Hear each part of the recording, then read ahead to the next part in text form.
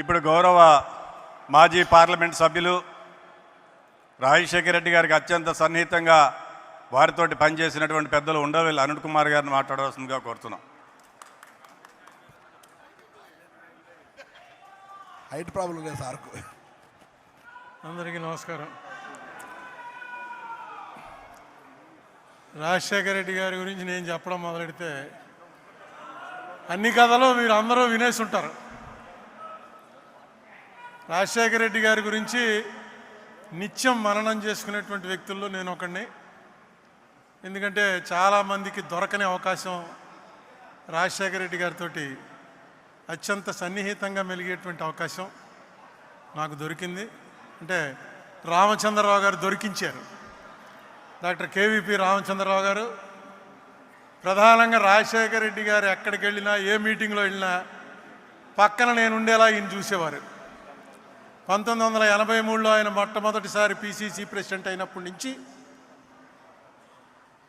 2009 September 2 నాడు ఆయన మరణించే వరకు దాదాపుగా ఆయనతోటే కలిసి ప్రయాణం చేయటంలో రామచంద్రరావు గారు ఎంత థిక్గా ఉన్నారో సుమారుగా అంత దగ్గరగా నన్ను కూడా అక్కడ పెట్టారు. నిజంగా చెప్తున్నా, ఆయన చనిపోయే వరకు నాకు తెలియదు ఇంత గొప్ప వ్యక్తితో నేను కలిసి తిరుగుతున్నానని.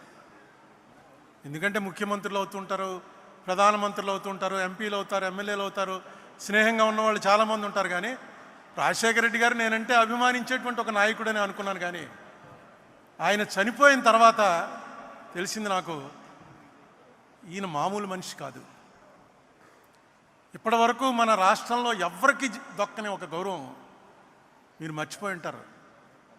హైదరాబాదులో వినాయక నిమజ్జనం అని జరుగుతుంది. అది యావత్ భారతదేశంలో ఒక పెద్ద ఈవెంట్. హైదరాబాద్లో జరిగినట్టుగా సౌత్ ఇండియాలో ఎక్కడ జరగదు.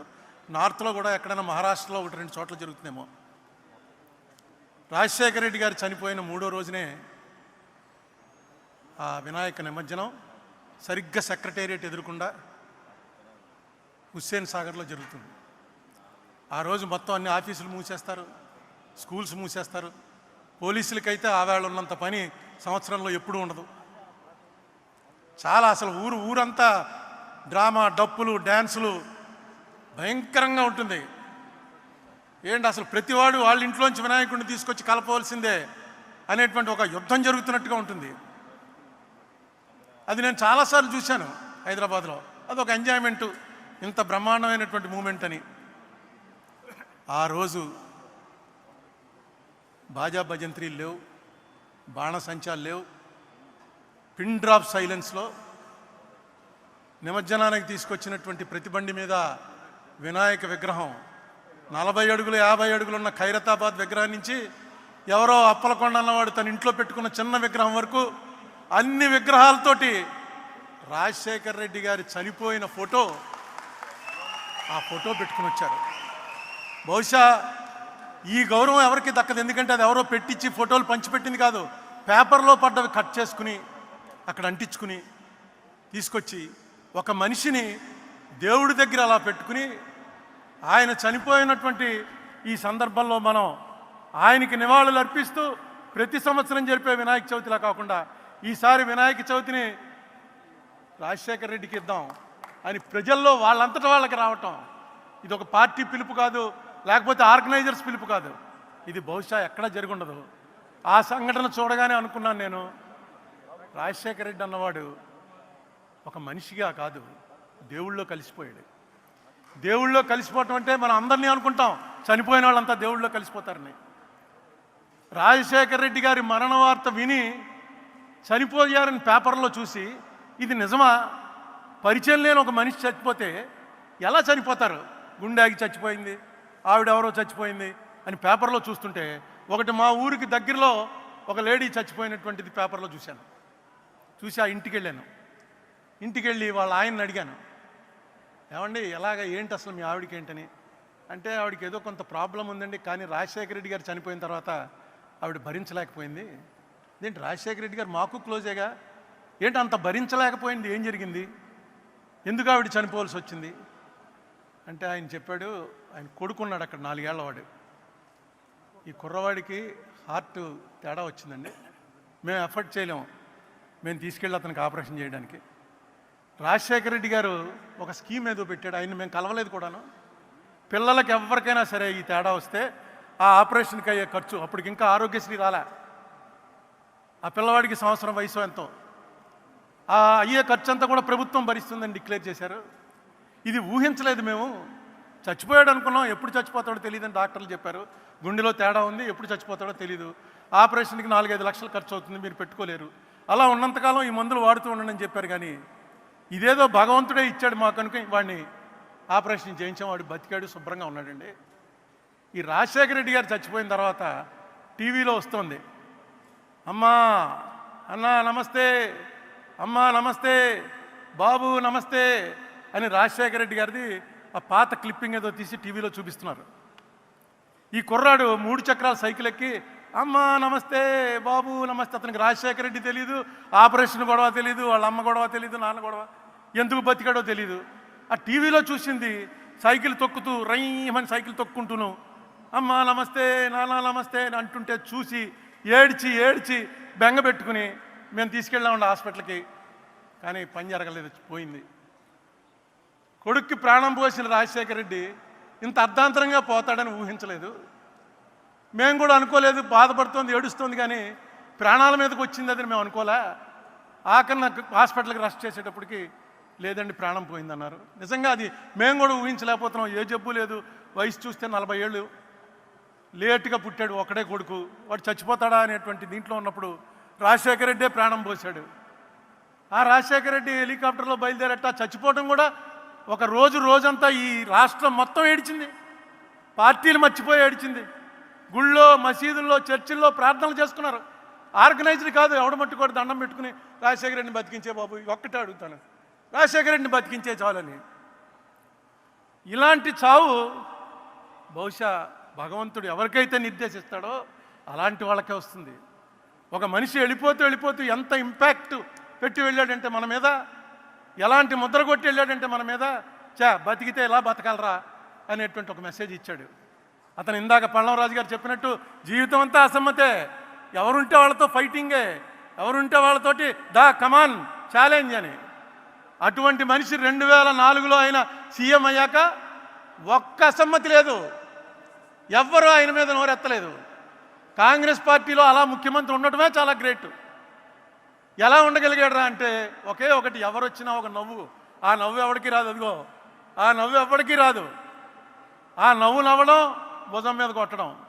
రోజుకి ఎంతమందిని చూసేవాడో తెలియదు మనకి. పొద్దున్నే వచ్చిన జనాల్ని టెంట్లో, మిగతా మాలాంటి వాళ్ళందరినీ తలుపు దగ్గర ఇలా నిలబడేవాడు, తలుపు ఇలా తీయటం, బయట 50-60 మంది ఆయన్ని నమస్తే అండి, ఏయ్ నువ్వురా అన్నాం. లోపలికి కూర్చోడాలు ఏమీ లేవు. లోపల రాగానే ఏంటి అది కాదండి అంటే, అది కాదు, కాగితం తెచ్చావా, కాగితం తెస్తే కాగితమే అన్న, కాగితం తీసుకోవడం. ఆ కాగితం తీసుకున్నాడు ఆయన అంటే అయిపోయినట్టే, 90% పని అయిపోయినట్టు. ఒకవేళ అది అవ్వకూడని పని అయితే మొన్నటి పొద్దుటికి మనకు మెసేజ్ వచ్చేస్తుంది. ఇలాంటి నెట్వర్క్ ఆయన ఎప్పుడు ఏర్పాటు చేసుకున్నాడో, ఎవరితో డిస్కస్ చేశాడో ఎవరికి తెలియదు. ఈ రామచంద్రరావు గారి ఆఫీస్ ఎక్కడో ఉండేది, రాజశేఖర రెడ్డి గారి ఆఫీస్ ఎక్కడో ఉండేది. ఎప్పటికప్పుడు ఇక్కడ ఏం జరుగుతుందో అక్కడికి తెలుసు, అక్కడ ఏం జరుగుతుందో ఇక్కడికి తెలుసు. బహుశా డెలిగేషన్ ఆఫ్ పవర్స్ అనేది తెలుసున్నటువంటి, నేను చూసిన వాళ్ళలో ఇంత బ్రహ్మాండంగా తెలుసున్నటువంటి ముఖ్యమంత్రి కానీ నాయకుడు కానీ మరొకరు లేడు. ముఖ్యమంత్రులు అవుతుంటారు పోతుంటారు, కానీ నాయకుడు అనేవాడు అవ్వటం చాలా కష్టం. రాజశేఖర రెడ్డి ఒక నాయకుడు. రాజశేఖర రెడ్డితో 20 సంవత్సరాల పాటు ఏ పదవి లేకపోయినా అనేక మంది ఆయన వెనకాల వెళ్ళారంటే ఆ ఫేస్లో ఉన్నటువంటి ఆ గ్లామరు, నీకు కష్టం వస్తే నేను నిలబడతాను రా అనేటువంటి ఒక మెసేజ్ చెప్పకుండానే ఇచ్చేవాడు. ఎవరికి ఆ మాట అనేవాడు కాదు. ఆయన దగ్గరికి వెళ్తే ఆయనతో 2 నిమిషాలు మాట్లాడాక డెఫినెట్గా ఈయన మన కష్టం వస్తే నిలబడతాడు, ఈయనే మన లీడరు, ఈయనకి కన్సూప్ మేరలో ఈయన ఏమి అవ్వడన్నా ఎప్పటికోకప్పటికి ఈయన డెఫినెట్గా ఏదో అవుతాడు, మనల్ని కాపాడతాడు అనేటువంటి ఒక నమ్మకం కలిగించాడు రాజశేఖర రెడ్డి గారు. ఈవేళ ఆయన 75వది, మళ్ళా 100వ జయంతి కూడా చాలా గ్రాండ్గా జరుగుతుంది. అప్పటికి నేను ఉన్నాను. ఈవేళ 100వ జయంతి అనుకుని కూడా వస్తున్నాను. ఇంకా ఎందుకంటే ఈ మనిషి జ్ఞాపకాలు నిలిచిపోయే జ్ఞాపకాలు, మరిచిపోయే జ్ఞాపకాలు కాదు. ఈ మనిషిని మీరు ఇష్టపడుతున్నది ఆయన మీకేదో సాయం చేశాడని కాదు, ఇలాంటి వాడు ఒకడు ఉండాలిరా అని. సాయం అక్కర్లేదు మనకి, ఆ మనిషి మొహం ఒకసారి తలుచుకుంటే ఒక్కసారి తెలియకుండా ఆనందం కలుగు. ఇదే పరిస్థితుల్లో రాజశేఖర రెడ్డి ఉంటే ఏం జరుగునరా అనుకుంటే ఖచ్చితంగా మంచే జరుగుతుంది అని మనకి నమ్మకం వస్తుంది. రాజశేఖర రెడ్డి గారికి నివాళులు అర్పిస్తూ రేవంత్ రెడ్డి గారు వచ్చారు. ముఖ్యమంత్రి మాట చెప్పకపోతే బాగుండదు. రేవంత్ రెడ్డి గారు, మీకు ఈవేళ ఒక మహర్దవకాశం లభించింది. ఆంధ్ర తెలంగాణ మధ్య శాశ్వతంగా ఒక అనుబంధాన్ని కల్పించేటువంటి అవకాశం మీకు లభించింది. ఈ మాట ఎందుకన్నానంటే ఇది కాంగ్రెస్ వాళ్ళే చేయగలరు. కాంగ్రెస్కు ఉన్నటువంటి జెనెటిక్గా కాంగ్రెస్ ముఖ్యమంత్రి అనగానే ఆయనే చేయగలడు ఈ పని. మన మధ్య ఆంధ్ర వాళ్ళకి ఏనాడు కూడా తెలంగాణ వారి మీద ఏ రకమైన కోపం లేదు, ఏ రకమైన ద్వేషం లేదు. అది మీకు తెలుసు. మీకు మా మీద కోపం వచ్చింది, దానికి ఒక కారణం ఉంది, అది మాకు తెలుసు. లేకపోతే పొన్నం ప్రభాకర్ నేను 5 ఏళ్ళు మాట్లాడుకోలే.